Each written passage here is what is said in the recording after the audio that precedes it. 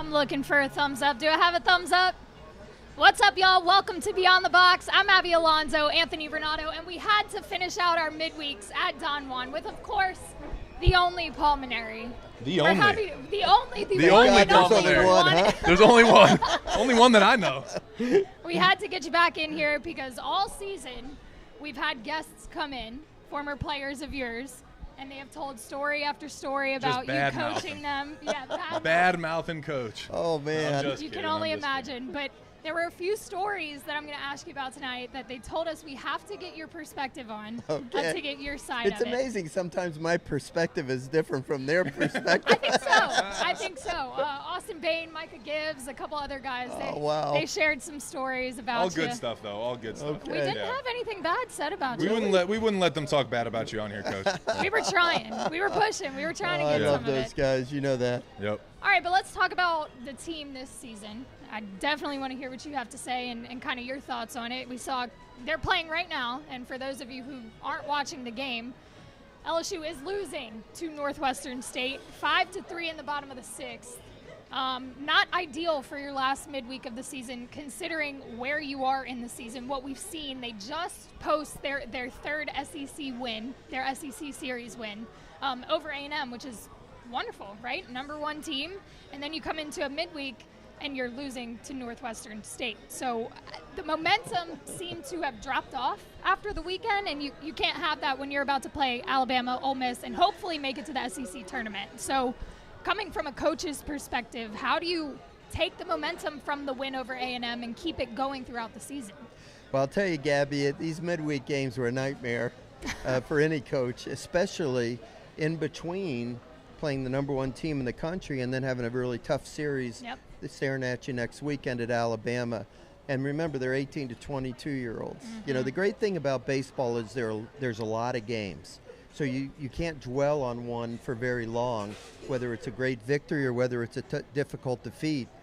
The flip side of that is there's a lot of baseball games. And so the players have to be mentally ready for the challenge because – you know, Northwestern State looks at this game like it's their World Series for the year. It's the biggest game of the year. They've got it circled on their schedule. Mm-hmm. And when you come to LSU, you have to know and you have to accept the fact that there's a huge bullseye on your back.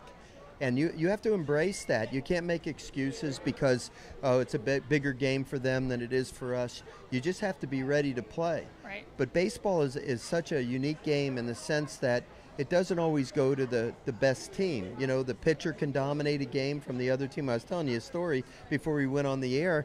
One year when we played Northwestern State when I was the coach, and it's a midweek game, and it's like we're going into the 6th inning. I think they've got a 1-run lead, but no question we're going to rally against them. They brought in a left-handed pitcher that was going 98 miles an hour, and he struck out 11 of the 12 batters in the last 4 innings against us. When Mikey Matuk hit a foul ball, our own crowd cheered the foul ball.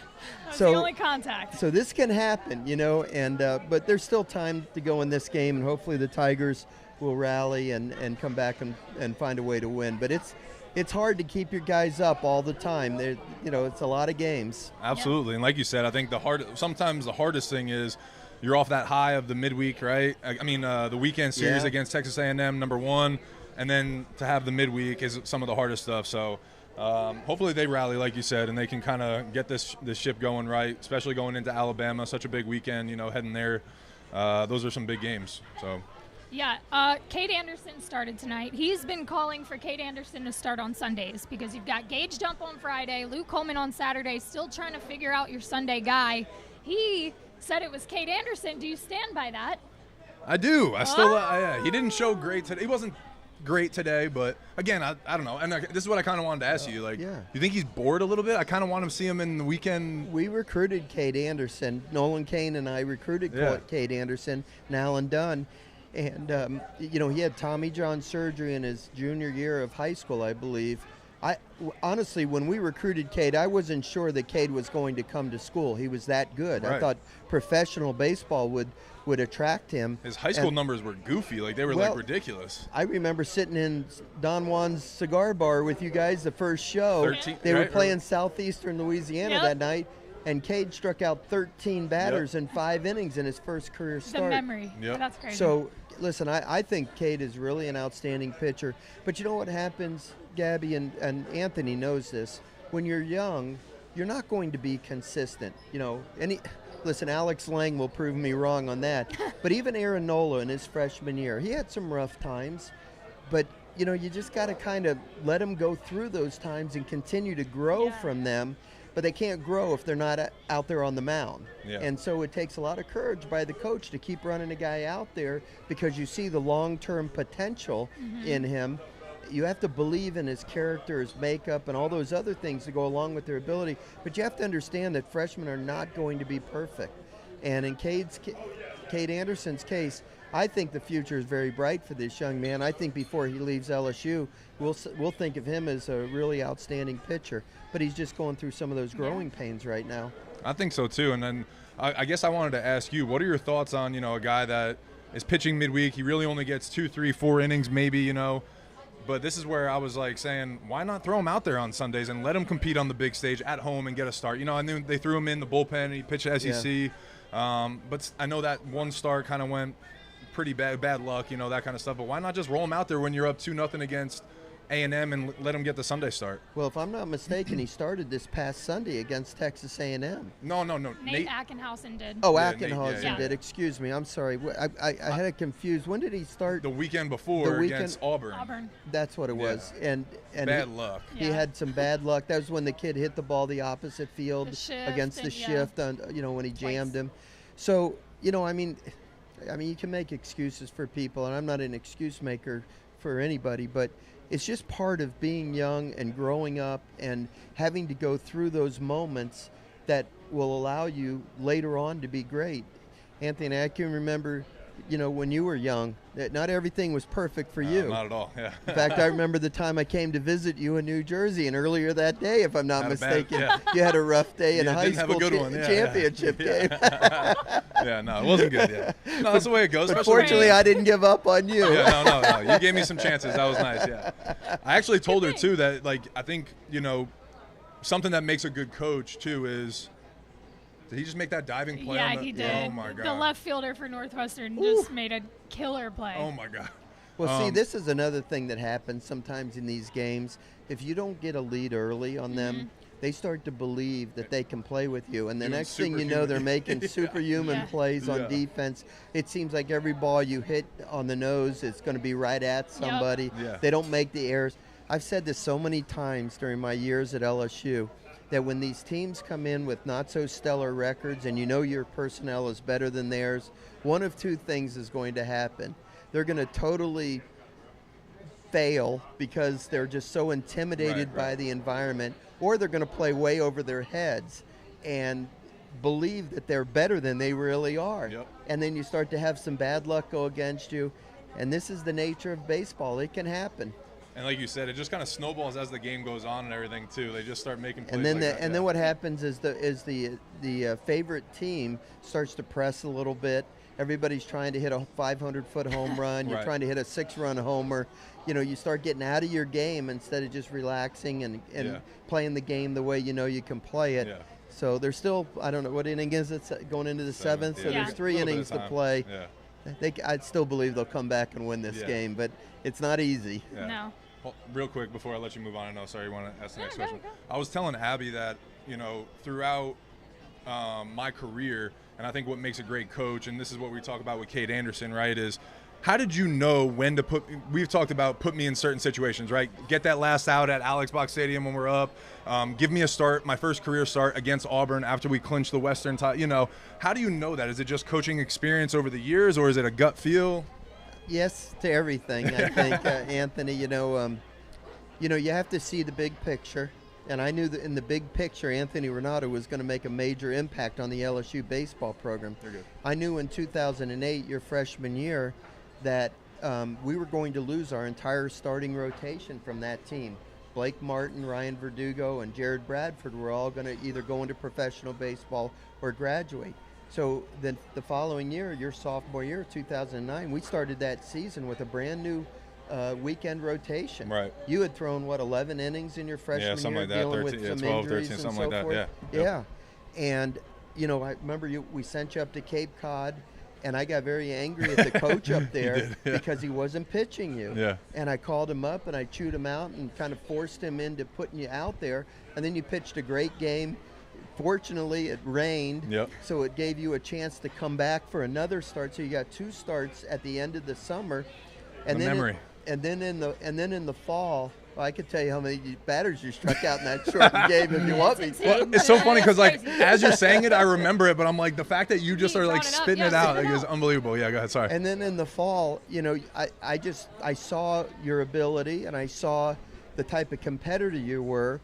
The only guy you couldn't get out that fall was Blake Dean, who hit like 6 home runs, I think, against you in fall scrimmages. Every pitch that I threw, he hit a home run on. But I just knew, Anthony, in my heart and my gut, and through experience as well, that contrary to what Nolan Kane and other people say, I didn't pitch you just because you were Italian, and I'm Italian, okay? I pitched you because I knew that you had greatness in you. And, hey, listen, I'm not patting myself on the back. You were a talented player, but you just have to believe in somebody. Yeah. And as a coach, you got to remember, a coach never hits a ball, never runs the bases, never fields a ball, never throws a ball, never pitches. Okay? You are judged as a coach by the efforts of a bunch of 18 to 22-year-olds out there. It's a hell of a way to make a living, by the way, okay? Yeah. Just a little stressful, maybe. But you, as a coach, what makes you successful or not successful is deciding who you're going to hitch your wagon to. Yeah. I decided to hitch my wagon to Anthony Renato and Lewis Coleman and others, and because of that, we had success. And those are the decisions that you have to make. And I've said it many, many times that the best quality that a coach can have is to know his own players. I'm not saying scouting reports aren't important, or metrics, or analytics, or all that stuff, okay? But when you as a coach know your own players and you make the decision, tough decision sometimes, on who you're going to stick with, it's hard to stick with players when they've had some rough moments. I remember Alex Bregman's sophomore year, he went like 4 for 50 in the month of April. And everybody was saying, why does Mainieri keep playing Bregman? Why does he keep playing Bregman? Well, in my gut, I knew that this kid had it, but he was just going through a rough time. And so, if you pick the right players, you get to have a long career. If you pick the wrong players, they stick you out on the curb. Exactly. But that's what makes a good coach. I always say that, and I've always said that about you too, Coach. I mean, knowing how to get the most out of your players too, and just strategically, you coach different players different ways and stuff like that. So appreciate you for believing in me, whether it was because I'm Italian or not. It's all good. But in the chat, my mom did, speaking of Italian, my mom did say to say hello to you. So she's in the chat. She wanted to say hello. I love your mother. Yes. I'll never forget that dinner. We went to, what was the name of the restaurant? Solabella. Yeah. Solabella. Yes, right around the corner for us. The antipasto was unbelievable. I remember the cheeses. Was this the visit to New Jersey? Jersey? New Jersey, yeah. The same day you didn't have a great game? When he just gave a grade A speech, at my elementary school, with retirement, whatever it was. Oh, that was great. Okay, so I do have to ask you, Gage on Friday, Luke on Saturday. Who do you think should start against I'm going to put you on the spot here, Coach. I'm going to put you on the spot. Who would you start? Well, I'm going to have to decline to answer that question. I tried, y'all. Because the last thing I would want anybody to think is that I'm second-guessing the coach. Yeah. He's working with the players, and Jay and his staff, they know their players, and I trust that he's going to pick the right guys. And I thought it was a good move to start. I forgot, I had a little bit of a brain cramp there for a second, but when he started Ackenhausen on Sunday, I thought that was actually a good start. But he was coming off a little bit of a pulled hamstring, so I don't know how much that had to do with him hooking him as early as he did or not. But, listen, it's hard to find 3 great starters in college. For several years, we only had really 2 great starters. I'm not talking about 2009 when we had Austin Ross as a third starter. Austin was a very credible starting pitcher for us. But there were several years where, I had 2 starters and then didn't have anybody on Sunday, and we just try to piece it together. Everybody criticized me for it. Now they do it in the big leagues. Yeah, exactly. Now, yeah. But I always felt that, you have 16 or 17 pitchers on your college team, on your pitching staff, and you have to find 3 quality starters. And then I look at major league teams who have how many now they've contracted the minor league systems a little bit, the minor league teams. But teams would have 5 or 6 minor league teams with 20 pitchers on each of them. So they'd have 120 pitchers in their organization, and they couldn't find 5 good starters for the major league team. Right. We're having to find 3 out of 16. So in a percentage way, it's more difficult to find 3 really good starting pitchers on a college team than it is to get 5 good starting pitchers on a major league team. No, absolutely. Yeah. That's a good point. Something you don't think about whenever you're outside of the coaching side of things, Yeah. Go ahead. No, I was going to say, and again, we're not second guessing Jay either. We just as the show, we just like to have different questions and think about different scenarios and things like that. I've said that all year. I think coaching at this level, like you said, 18 to 22-year-olds is probably one of the hardest things to do in sports. You make a living off that. I think Micah talked about it too when he came on the show, because we were just talking about different scenarios, putting guys in different positions and stuff like that. But so again, nothing against Jay Johnson. We're just talking the game a little bit. And I will make this one point, okay? This is another decision that a head coach has to make. And I used to say this, because like I said, if you could find 8 or 9, 10 pitchers that you really could count on a college team, that's after the injuries or the ineffectiveness of some pitchers and so forth, that you were doing well. But for me, the 3 most important pitchers for a college team were your first 2 starters and your closer. Right. It does no good for a starter to go out there and pitch 7 good innings and then you hand the ball off and you blow the lead late. Exactly. Right. So I've always felt that if we could win the first 2 games of a series because we had 2 great starters and a great closer, somehow we'd mix and match it on Sunday and find a way to win, Right. And I look back at Jay's tenure here. The first year everybody said, Mainieri didn't leave Jay any starting pitchers because Marceau had gone into pro ball, A.J. Leibis had graduated, but Mikhail Hilliard came back. But Jay made a very conscious decision to use his better arms out of the bullpen. So Ty Floyd and Grant Taylor, guys that I thought could be really good starting pitchers, he chose to use them in the bullpen. What was the hard-throwing kid's name that he brought from California that pitched through the hardest on the team out of the bullpen that 2 years ago, his first year here? Not Paul Gervais is a kid that we recruited, and I thought Paul would be a good bullpen arm. Remember the kid that threw really hard? I think he went to San Francisco. I can't remember his name. I'm embarrassed. I'm blanking too. No, yeah. But anyway, but the point I'm saying is Bryce Collins? No, not Bryce. I feel bad about not being able to remember the name, but he threw really hard and he was a decent draft choice. I don't know how he's doing in professional baseball, but again, these are decisions that the head coach has to make. If you choose to put your better arms in the rotation, then people criticize the bullpen. Right. If you choose to put your better arms in the bullpen, then people criticize that your starting pitcher can't go deep in the game. Yeah. It's hard to have enough arms to satisfy all of those things. Absolutely. I will say this too, that I do believe, and Anthony, you and I went out and watched a scrimmage one day and we talked about this a lot, but the depth of quality arms that we have on our staff this year, I haven't seen a guy go out there that's thrown the ball under 92 miles an hour. Yeah, no, the stuff is all there. So the stuff is there. Yeah. For whatever reason, some of the kids just aren't performing up to their ability levels. Yeah. And I think too, right? We've had a lot of people in the chats asking questions of why not start Griffin Herring, or and I'm like, I think it's the exact point that you just made. Is he is so valuable out the bullpen, and really, Christian kind of showed a little bit this last week, and you got you have a few other arms here and there that have been pretty solid, but Griffin Herring is an established guy for us, whether that's high leverage situations on Friday nights, for an inning, or if you need him to go 4 innings like he did at Missouri, or 5 innings, he can do that stuff. So I was like, please don't start him on Sunday. Well, there's the decision that Jay has to make, and Jay and I have talked about that. Griffin is a kid I'm very familiar with.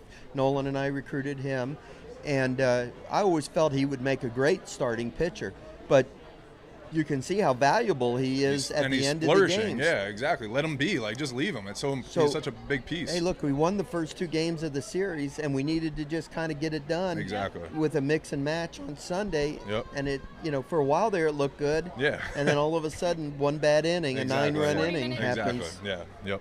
But when you're going against a quality team like Texas A&M, that can happen at any time. It can happen like that too. Sure. And in the chat, real quick, I'm sorry. Carl Dunn's there. He's one of our VIP. Carl the Cat. Yeah, Carl the Cat. Yeah, he's in there. I haven't seen Carl the Cat in a long time. Yeah, so he said, "You look really relaxed now, Coach, and thanks for all you've done for LSU." So Carl's a good man. He is, yes. I miss him.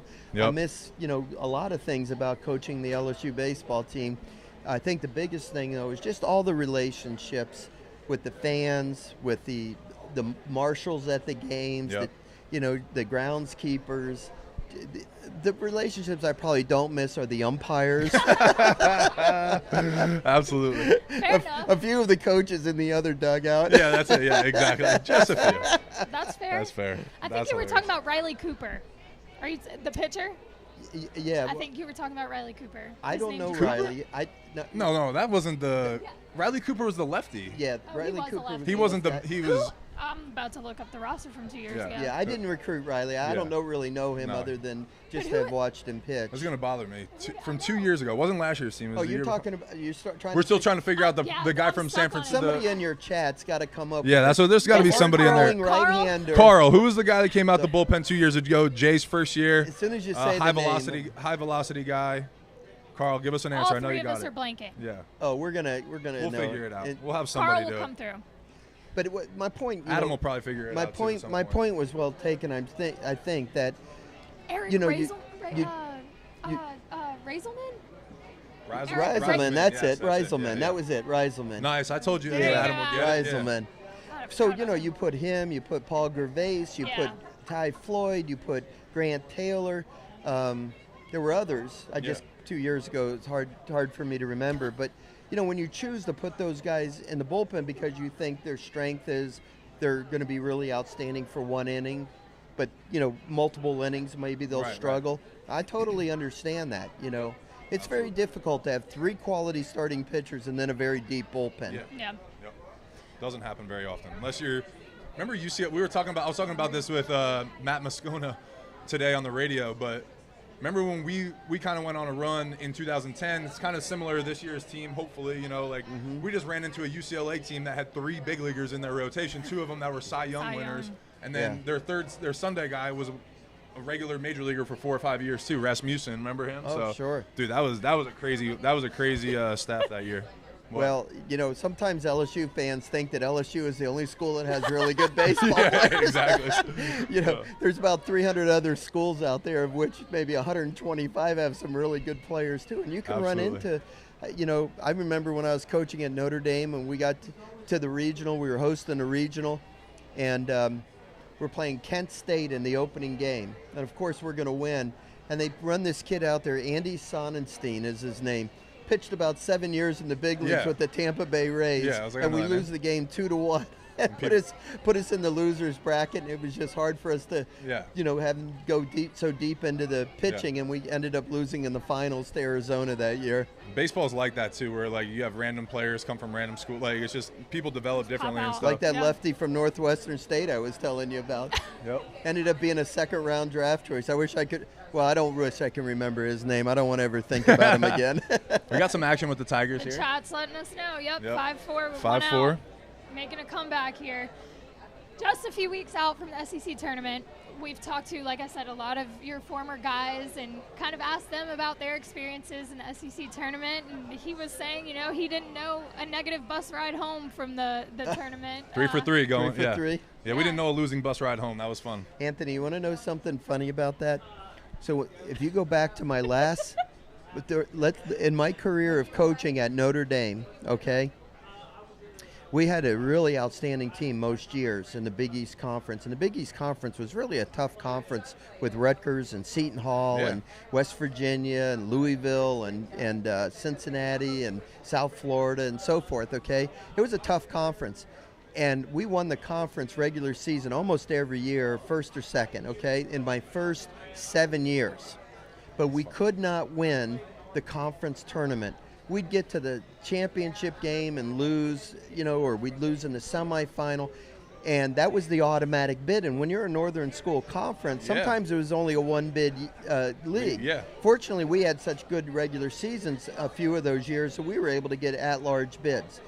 Well, anyway, as a coach, I could not coach a team to a championship in a conference. finally in 2001, or excuse me, in 2002, we won that conference tournament for the first time, okay? Yeah. And it felt like a huge gorilla was picked off my back, okay? Well, we took the confidence from that championship and then won the regional and then won the super regional at Florida State and went to Omaha. Yep. We ended up winning 5 straight conference championships my last 5 years in Notre Dame. Let's go. Yeah, nobody had ever won more than 2 in a row. We Yeah. won 5 in a row after having no ability to win it for 7 years. Yeah. Then we won 5 in a row. So then I come to LSU, and we didn't make the conference tournament my first year. We struggled that first year, but when we went in 08, we won it in 08. Yep. We won it in 9. We won it in 10. That meant that I coached 8 consecutive conference championships for 8 years in a row, right? Of being in it. Now, not LSU, all of them. Right. And then we didn't go in 11, right? we didn't go in 10. No, 11. We didn't go in 11. And then in 12, we won the SEC regular season but didn't win the tournament. But then I think we won it in 13, 14, and 15 or something like that. Again, we won 6 championships overall when I was at LSU. Yeah. I don't know why, but except if that was what you were going to ask me, Gabby. Yeah. But I always enjoyed that tournament because the regular season was such a grind. 56 games, the 30 games in conference. I mean, you can see what we're going through this year, what a grind those games are. And you could see what has happened to us. It could happen to anybody. People forget this. Everybody wants to rave about Arkansas, how great they've been. You remember the year we won the Rally Possum game against them? Yeah. That was 2016. You know what Arkansas's conference record was in 2016? What? I bet people that are watching this will be surprised to hear this. 7-23 in conference play. What? 2016 wasn't that long ago. Yeah. And everybody raves about what a consistent program that Arkansas has had. Florida has had years where they haven't even finished over 500 in their overall record, and they're struggling to do so this year. Yeah. And these are 2 of the top programs in the country. It can happen to anybody. Yeah. And so you get through that grind of a season, and now after 56 games and 30 in SEC are over, you take a step back and you take this, wow, we got through that. We survived it. Yep. Okay, we know we're going to be in the NCAA tournament, which is really what you're preparing for, is to try to win a national championship. Right. The SEC tournament is something that's in between there. It's in between the regular season, and unless you're having to win at the SEC tournament to make the NCAA tournament, your team is so much more relaxed and enjoying the game, and they're letting their abilities show. I've heard so many people say, the SEC tournament doesn't matter, and you should get your rotation. Listen, if you lose on Tuesday or Wednesday, Wednesday becomes double elimination. If you lose Tuesday, the single game, your team doesn't play till a week from Friday. Yeah, that's a long time. Who wants to have their team not playing then, right? Oh, yeah. Now, what you don't do, like I did in your junior year, when we had struggled in the regular season. Yeah. You had been injured, and then we came back and got in the SEC tournament, and we needed to make a good run in that SEC tournament. Yeah. And then when we got to the final game and we had the rain delay, and you came to me and said, Coach, I want the ball.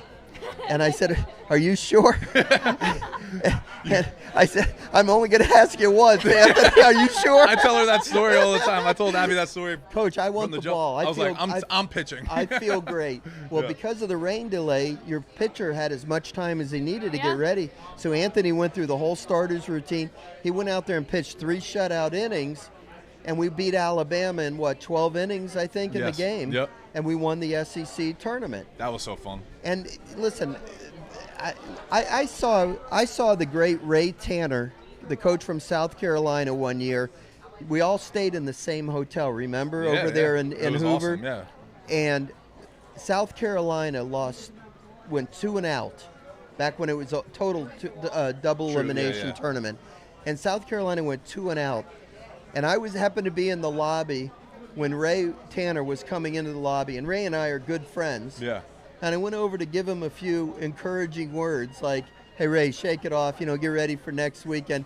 He had steam coming out of his ears, okay? Yeah. He was so angry at the performance of his team in that SEC tournament. So when people say, oh, nobody cares about winning the SEC tournament, I'm telling you, that is absolutely not true. Not true. I think we took a lot of pride in it too. Like, it was just like, especially after our freshman year when we won it, I was like, I want to do this every year. Like, it was awesome. Why does the championship team of the SEC tournament always dogpile on the mound if it doesn't matter to them? Right, exactly, yeah. If it doesn't matter to anybody. Exactly. That's a fair point. Yep. I remember, and that's what my freshman year, it was Micah, DJ, and I, like, out on the field. It was our first celebration, college baseball. I was like, I looked at Micah and I was like, we're going to do this every year. Like, it was just one of the cooler. Yeah, we did. We did it every year. And we smoked a cigar on the balcony at WCA when we got back at 3 o'clock in the morning. It was awesome. In our sliding shorts, just nothing else, just sitting there talking. Hey, we had that 5.5-hour drive home after the final game. We were getting back at 1 in the morning or something. Exactly. That's it. And I thought, hey, if we're here, we might as well win this thing. Exactly, yeah. And except for the time when you pitched, the difference is you just don't stress your pitching staff. If it's not worth bringing a guy back on short rest or overusing. I remember one year we went, and it must have been, let me think what year it was, because we did not win the SEC tournament this year. It had to been, it was either 12 or 14. I can't remember which year it was. But we had a matchup of Aaron Nola against Ryan Stanek from Arkansas. Yeah. And both guys pitched terrific. And Nola, after 7 innings, I think it was a double shutout or 1-1 score. And I took Nola out of the game at 90 pitches or something because I just didn't want to extend him. Want to make sure he was ready to go the following weekend because he was going to have to pitch a winner's bracket game. And Arkansas left Stanek in. And they got to our bullpen in the 8th inning and scored a couple runs. Stanek went 9 innings, and we ended up losing the game like 3-1. Yeah. But I wasn't upset with our guys because we played great.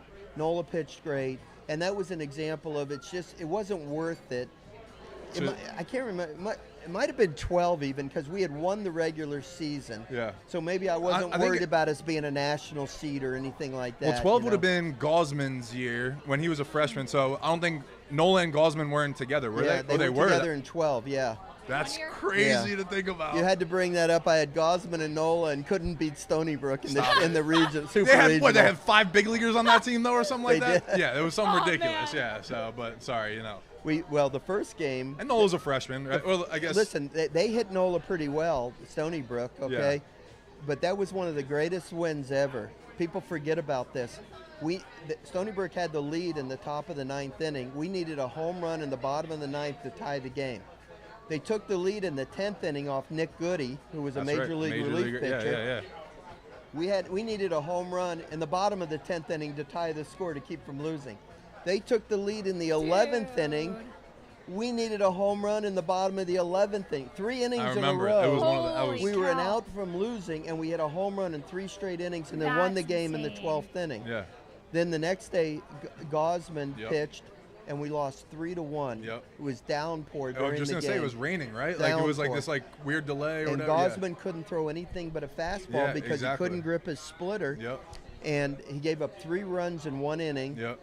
And because the field was slick, we overslid the base one time. They killed one of our rallies, and we lost that second game 3-1. Yep. And then the final game, they got to Ryan Eads, and we couldn't do anything against their pitcher, who ended up being a big leaguer as well. Yeah. And disappointing weekend, of course. Yeah. But the point I'm saying is that anything can happen on baseball. baseball. Yeah. Baseball's a weird game like that. Yep. All right, I'm going to pause for a second. We got to shout out our sponsors here. We got a few of them. Of course, we're at Don Juan, so you're good. We're at Don Juan. This is our final midweek here. We've enjoyed it the whole season. We're going to see if we can keep doing some stuff here, maybe for the postseason. We'll find a way. Hopefully. I don't know. We'll be back in some sort of way. But shout out to Don Juan. If you haven't been here, it's a great cigar bar. We've got a lot of family and friends in here tonight, so make sure you swing by. We also want to shout out St. Rock Vodka. They are our OG sponsor. They've been here with us since close to the beginning. We've got, I think, a hat over there. We handed out some hats tonight. But if you haven't seen, we don't have a bottle of vodka on set today, but the St. Roch Bayou Traditions vodka is the official vodka of the Bayou Traditions Collective. So proceeds of those bottles go directly back to the LSU athletes that you guys like to watch. It's a great way to get involved in NIL and support LSU athletes. And then Fresh Chef, you want to talk about Fresh Chef a little bit? Yeah, Fresh Chef Kitchen, meal prep company here in Baton Rouge. Yep. They're absolutely amazing so far. We've been kind of working with them for a couple weeks. I crushed one right before I came here. My day was absolutely crazy yesterday. So they make you meal preps, and you pick them up on Wednesdays and Saturdays. Yep. And so you can get meals. You can buy them by the pound. You can buy them individually. So they have a couple different locations. We'll make sure to put it in the show notes, but it's been an absolute great partnership so far. And the meals taste great. Again, they make extra portions. They make regular portions. They're calorie friendly, and they taste great. So it's been a great partnership so far. Excited to build with them as well. All right, I'm looking at the chat, and this is one of the stories that I told you I was going to bring up some stories. Carl Dunn is saying Alex Black is in there. Tell the Todd Peterson story. Oh my goodness! When we had Bain on at Modesto. Bain's the one to blame for it all. Yes, here we go. Let's hear it. Because this is it. Bain's the one to blame. I thought I was going to get through one interview without somebody bringing up the Todd Peterson story. That's what Bain says too. Bain's like, dude, I can't. It doesn't matter. I played 4 years. He's like, anytime I tell people LSU, he's like, did you play with Todd Peterson? Well, Austin Bain was a real-life two-way player. Yeah. I mean, he led the SEC in doubles that year as our first baseman or DH. Yep. Okay. I didn't know that. Real smart coach. I didn't have him hit until his senior year. He wouldn't have been that good his first couple of years. Anyway. It's all right. Yeah. He just needed to mature a little bit. Anyway, he was the leader of our team. Batted 3-hole, led the SEC in doubles, drove in a bunch of clutch runs, and he was also our closer. Okay. So he was a legitimate two-way player. And when he came to LSU, we just tried to have him pitch, and that's all he did for the first 3 years. And then he had some injuries he was dealing with. But then his senior year, I had him go ahead and hit, and my goodness, he just took off, all right? Yeah. So anyway, we're in the SEC tournament. We speak about the SEC tournament again. We're playing South Carolina, and we have a one-run. No, excuse me.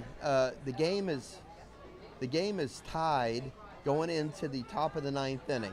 We're the visiting team. And our catcher was, I think it was Hunter Fiducia, if I'm not mistaken, okay? And Fiducia gets a base hit, and I pinch run for him, okay? And we end up scoring a run. But because I pinch ran, did I say pinch ran? I didn't say pinch hit, did I? Yeah. I pinch ran for him. So because I pinch ran for him, we had to take our first baseman, Nick Coombs, who was our backup catcher, and put him behind the plate. Yep.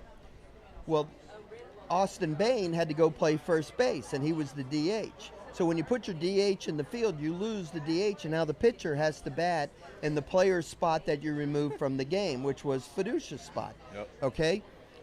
Well, we scored, so I'm not worried about losing the DH because Todd Peterson's going to close out the game. He's already pitched an inning or two, and he's throwing the ball really well. He's going to close this game in the bottom of the 9th. It's never going to come into being a factor, right? Wrong.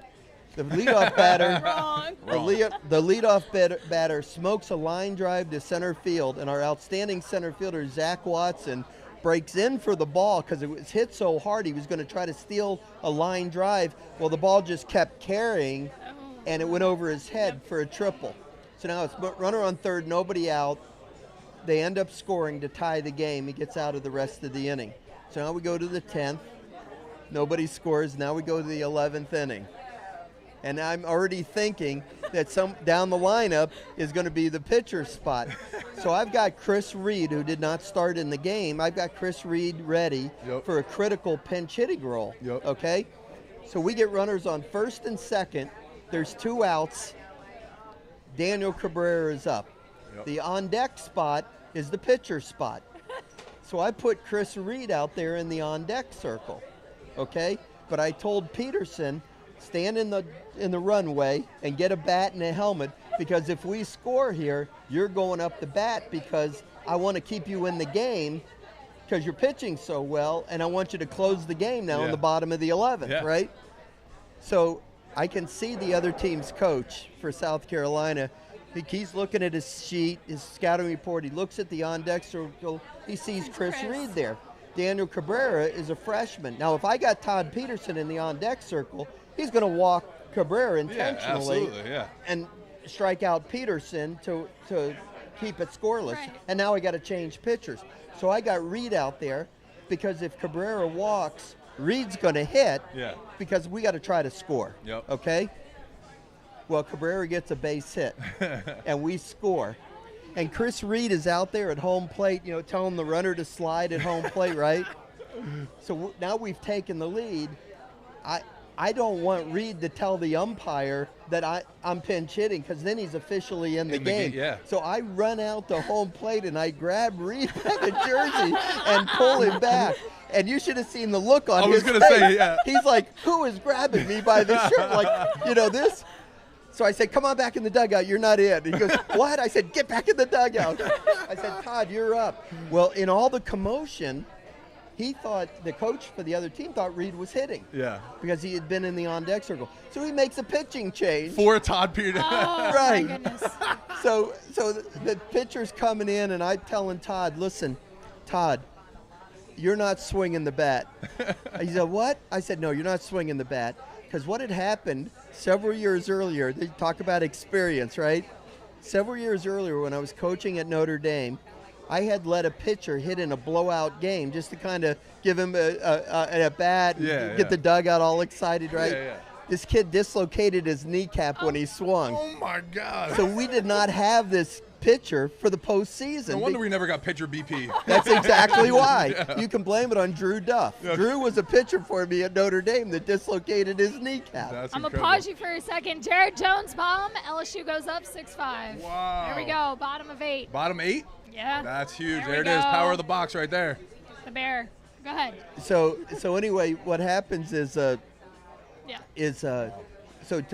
now because the pitcher for them is coming in to pitch, the runners at first and third, which are Cabrera at first, who just got the hit, and Bain at third, who had gone first to third on the single to center, they come in for a little offensive huddle. So Bain's so excited because now another pitcher is going to bat, right? And he comes into the huddle and he says, oh, come on, Todd, let's go. And I said, ho, timeout, Austin. He's not swinging. What do you mean he's not swinging? I said, no, he's not swinging. He's just going to take 3 strikes, end the inning, go out there and close out this game in the bottom of the 11th. So he goes, oh, come on, coach, let him hit. So I turned to Todd and I said, can you hit? I don't even know. I recruited him as a pitcher. I never saw him hit, right? We never take pitchers BP. So I said, can you hit? And he goes, yeah, I can hit. I said, you hit in high school? He says, yeah, I hit nukes. So I said, okay, go ahead and swing, okay? So anyway, you know the story. He hits one off the wall, 2 more runs score. After the game, we're at the press conference, and he comes clean, and he tells me he never hit in high school. And I was like, what? You never hit in high school? Everybody hits in high school. He told you live in the podium, right? Where you were like, looked at him like, what? He had lied to me on the field. Now I know, but at the podium is when he told you, right? Now he's coming clean. He's coming clean. Yeah, at the podium. So what happens, Anthony? At those press conferences, they ask the coach to make a few comments. You got 3 athletes sitting there. I make my comments. Now they're going to ask questions of the athletes. So while they start to ask questions, I'm like looking at the box score. Because I don't know, did Anthony Ronaldo get 3 hits that day, or how many strikeouts did Peterson have, or whatever. So I'm looking at the box score, and I hear this question out of the side of my, Todd, when was the last time you had a meaningful at bat? And I hear Todd out of this side say, well, I guess high school. Coach, I got to be honest with you. I didn't really hit in high school. I thought I was hearing things. Like what? I looked up and I said, what? What'd you say? goes, nah.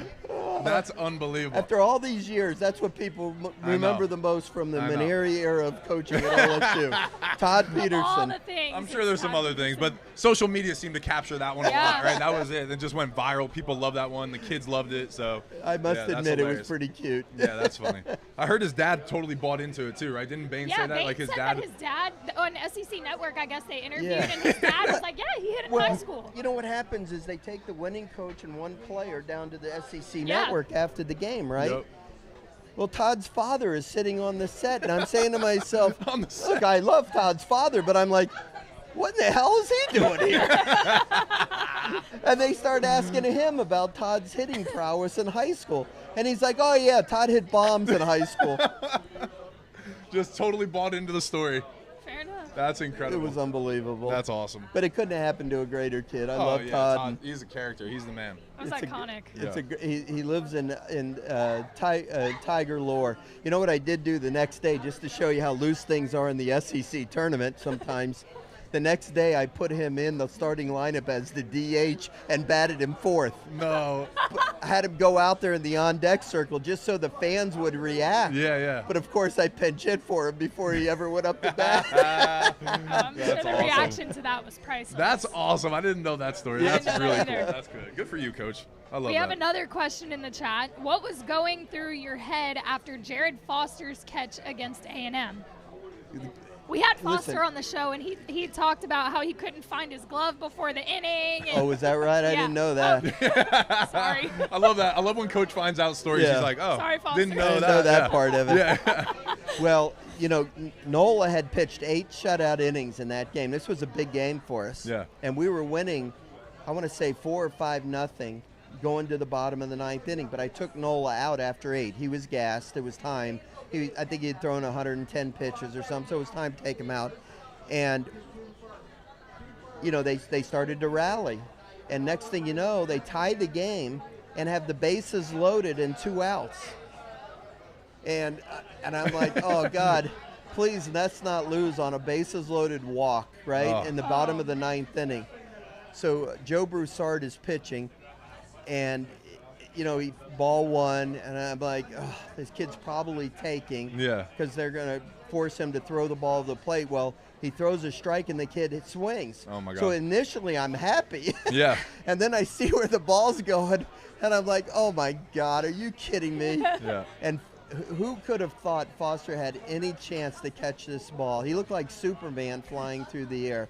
It was one of the most unbelievable catches I've ever witnessed in person. Really? And it saved the game. You've never seen it, Anthony? No, I think I've seen it looking back. You probably can see it on YouTube. Yeah. Just Google Jared Foster's catch. I'm going to look it up right now, actually. It was one of the more amazing catches I've ever seen in my life, and it saved the game. And then we ended up winning the game in extra innings against Texas A&M. Wow.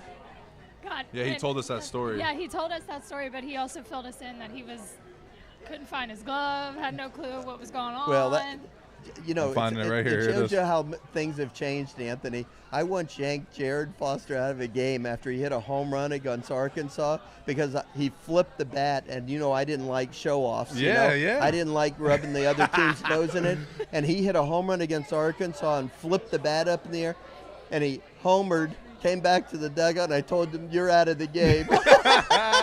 Now, guys, you know, they flip the bat. If they don't do it, they're boring. Yeah.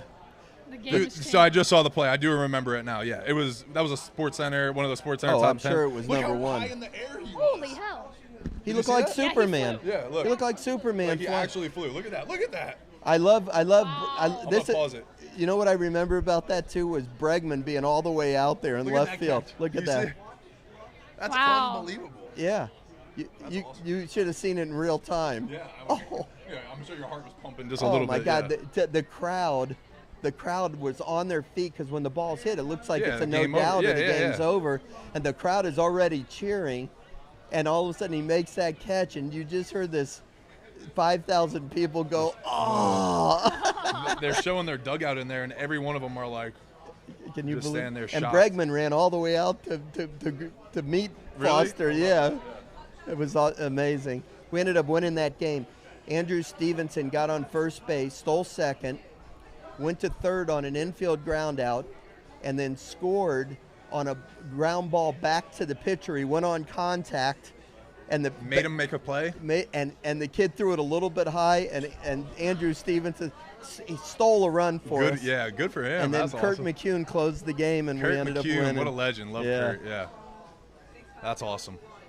Oh, LSU thank close it God out. Let's LSU go. wins their last midweek, 6-5. Thank you, Jared Jones, for the There we go. clutch. Yeah, they just finished The up. Bear. We Bear. recruited the Bear, too. Dude, that guy. Thing. We got some fans Yeah, over he here. goes, Bear Jones. Hey, can I just say something? Yeah. We did this show in here, the first one, right? That's right. Southeastern, we won the game in the last inning when Kling We were hit a losing the whole two-run game. double. Yeah. We won this game with a Two-run home run homer in on the the bottom. eighth. Yeah. Wow. I think we ought to do this more frequently. Yeah, absolutely.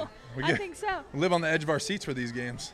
Look, we've kept you for a long time, but I do want to ask one more thing. Whenever Micah Gibbs came in here last week, was it last week? Yeah.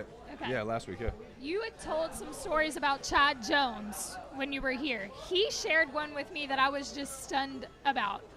I did not know that Chad Jones was friends with Lil Wayne. The With rapper, who? the rapper Lil Wayne. Oh, I did not know that either. Oh, then you might not know what I'm about to say then. Does he know? We're about to find out, I guess. Well, apparently Chad Jones was at Lil Wayne's birthday party and was late for warm-ups for a game and showed up 45 minutes before. For what? There was it was probably 45 minutes before like the show time, like I don't know. It wasn't like before the game. We would have before like Wait, he was late to the field and I let him stay? No, you didn't. I don't think you knew. I sent him home? No, you didn't. I don't think you knew. It was like a weird thing where we didn't have to be out there or something. I don't know. I forget what it was, but there was. I was stunned. He was basically late, and we were calling him. We're like, Chad, what are you doing? Where are you? And he was like, I'm on my way. Don't worry. I was at Wayne's birthday party. He was at Lil Wayne, like who's the biggest rapper in the world at the time. He was at his birthday party, and he was like, he was supposed to hit the field in like 5 or 10 minutes or something like that. And he was cutting it really close. We were like, we're all in uniform, getting ready to go out and like team stretch, something like that. And he wasn't here. You can go. Yeah. Yeah, it was pretty. You know me. If he'd have been late, he'd have been heading home. we might have covered for him or done something, but you there might was have done that. Yeah. I was gonna say. I did not know that. I've heard other stories about you sending people home or about to send somebody home on a plane. Who told us that story? Oh yeah, that was. I think Bain told us that story too. Who was it? We missed weights, Oh, yeah. he knows. Jordan Romero. Yeah. Yeah, Jordan Romero. Yeah, missed weights at maybe Tennessee or something. I don't know, somewhere. Yeah, Jordan Romero's. We Notre Dame. Yeah, we were at Notre Dame, and he didn't show up for weightlifting in the morning after the second game. Yeah, not one of Jordan's prouder moments. No, I would imagine. Do you remember my junior year by any chance? So we were at Tennessee, and the way the rain went, we wound up playing a doubleheader Saturday. They pushed it up. Do you remember this? And we wound up sweeping the series. And so it was a Saturday night in Tennessee, and we were going home on Sunday. And on the bus, you were like, hey, guys, bus to the airport tomorrow is, 9 o'clock in the morning. I might get some early sleep tonight or something like that. Be safe. And we were all like, does that mean what we think it means? He was like, go have a little bit of fun. Come on, you can't. You're gonna ruin my reputation. No. Everybody thinks I was so mean. You can't tell these stories. No, I know. No, but that was one of my favorite series, though, going to Tennessee and sweep. They don't ever push up a game to a Saturday where you play 3 games or the 2 games and on you're Saturday. not traveling until the next day. Exactly, yeah. So, yeah, I remember that well. Yeah, that was a good one. I like to surprise the players every so often, show them that I was half human. That's what I mean. I think that's why we loved you. It was like it was such a shock. We were like, no, are we sure about this? Yeah. Might be a trap. But yeah, that was fun. That was a memory for sure for me that I'll never forget for sure. Well, the truth of the matter is, Anthony, we never had bed check. No, we never had curfew check. We had great, I always trusted you guys. Yeah. And we tried to instill in you what it took to be successful and be disciplined, and I trusted you. Yeah. That was literally the only time. Until anyone gave me a reason not to trust them. Absolutely. And that's something I think, as I run businesses and stuff like that, I think I do similar things. It's, hey, and these are the rules. This is what I said. This is our culture. We have accountability amongst ourselves, and I think that's what as teammates, we all took pride in that. I don't Yeah. think there was one time that I ever went out, ever. You know, weekend was you the guys only. policed each other. Absolutely, yeah. Held And each guys other knew, accountable. Guys knew when to have a good time and when not to and stuff, and I think it's why we were successful. We always say that. We had a little bit of dog in us, and we had some fun, but we knew when we had to turn it on. Yeah. And they usually did, Yeah. Gabby. They That's usually it. You want did. to party like a rock star, you got to pay the band in the morning. That's what we always said. You know? I was the That's it. luckiest guy in the world to coach these kids for 15 years at LSU. Yeah. I miss it. I miss them. Yeah. I miss the good times. But, you know, everything runs its course, Yeah. you know, and it was time for me to relax and move away and give it to somebody a little bit younger, a little bit more energy, and, you know, we stepped aside. But that doesn't mean I don't miss these guys. But I think these relationships nowadays, I think, are some of the coolest things too. And it's been cool for me to show Abby, you know, like as we work together and grow this business, like the relationships that we have, even the relationship with you, her seeing even guys that she went to school with talk about you and now get to know you and stuff like that, I think is a really cool experience. And we all get to see a different side of you now that we're not, you know, coaching. We're all growing up as men and things like that. But well, it was funny when I was getting ready to come over here tonight, and my wife sees me, you know, going to the door, and she says, "Well, where are you going?" I said, "Well, I'm going to Anthony's podcast." She said, "What? At 8:30 at night?" And she goes, "You'd do anything for your players, wouldn't you?" Yeah. And I said, "Yep, absolutely," and that's why I'm here. Yep.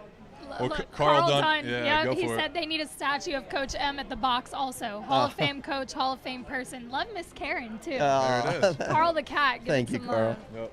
I think kind of what he said, it is so cool. Like, my job is so cool that I get to host a show about LSU baseball with a former player and get to talk to former players and coaches and hearing the stories and seeing firsthand the relationship and almost kind of experiencing it through you guys resharing the stories. It is the coolest thing. It really is. And we appreciate you coming back Thanks, tonight. Gabby.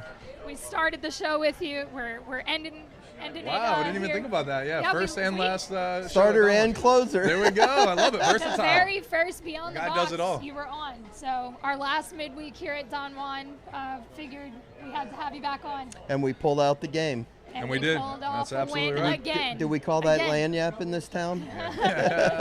Well, we have kept you for so long. I know Miss Karen is probably wondering where you're at. It's 9:30, so we'll let you get out of here. But thank you. Coming again home for smelling swinging like a by. brewery. Oh, I know the Bar. cigar smoke. The cigar bar. You're gonna Yeah. have to shower. Great to be with you guys. Yeah. Thank you, Coach. Appreciate you. Love you, Aunt. We Love you. appreciate y'all, and we will see y'all Sunday, Modesto.